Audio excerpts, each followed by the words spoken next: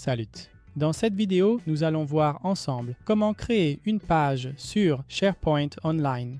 Pour créer une page, vous avez d'abord besoin d'un site. Donc, à l'intérieur de la page d'accueil de SharePoint Online, vous pouvez choisir de créer votre site en décidant de créer soit un site d'équipe, soit un site de communication. Une fois que vous aurez créé votre site, vous serez le propriétaire de ce site et vous aurez donc la possibilité de créer une nouvelle page via le bouton « Nouveau » que vous trouverez en haut à gauche dans la barre de commande. Le bouton « Nouveau » vous permet de créer directement une page en choisissant le modèle « Page ». Attends une minute, je te vole 10 secondes pour me présenter. Je suis l'un des Microsoft MVP et dans cette chaîne, vous trouverez des tonnes de vidéos techniques pour vous tenir informé sur toutes les technologies Microsoft 365, de SharePoint à Teams à Microsoft 365 Copilot. Inscrivez-vous ensuite pour voir les nouvelles mises à jour.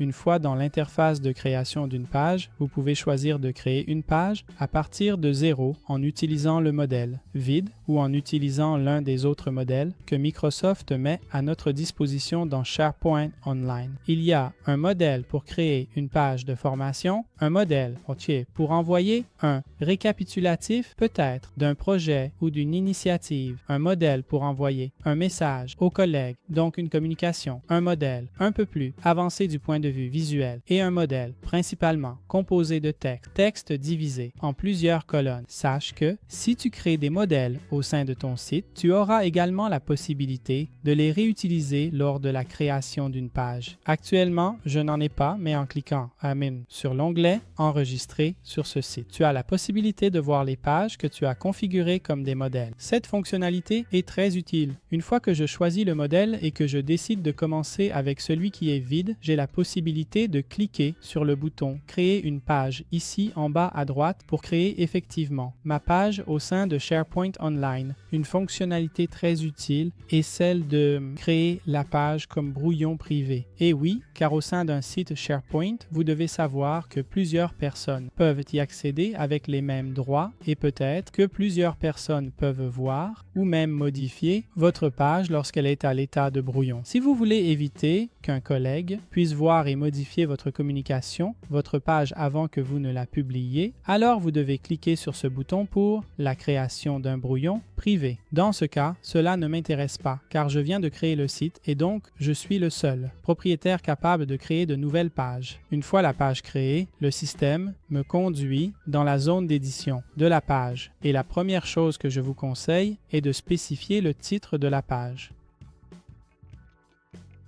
Pourquoi est-ce important? Parce que le titre de votre page, ORLAM, donne ensuite le nom à l'adresse de la page elle-même. Donc, une fois que vous décidez de sauvegarder la page, vous voyez que le titre de la page ici en haut est utilisé pour l'adresse de la page elle-même. C'est très important. Vous voyez que tous les espaces ont été remplacés par des tirets. Cela permet de rendre la page plus facilement partageable avec des collègues. Après avoir cliqué sur « Enregistrer », j'ai sauvegardé ma page en mode brouillon et je peux toujours continuer à la modifier en utilisant toutes les fonctionnalités que SharePoint Online m'offre pour insérer du contenu dans la page à travers de nouvelles sections qui peuvent être de différents types avec diverses configurations de colonnes et ainsi de suite. Et pour bien connaître les fonctionnalités du CMS, Content Management Online System de SharePoint Online, je vous recommande ma vidéo spécifique où je peux ajouter des composants à l'intérieur de la page. Ceux qui sont en gris sont tous des composants de SharePoint. Puis vous avez la possibilité d'avoir des composants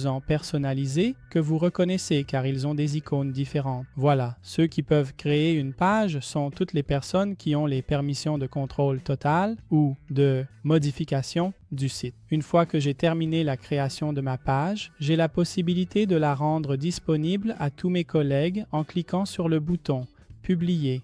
Très bien, dans cette vidéo, nous avons vu rapidement comment créer une page dans SharePoint Online. À la prochaine!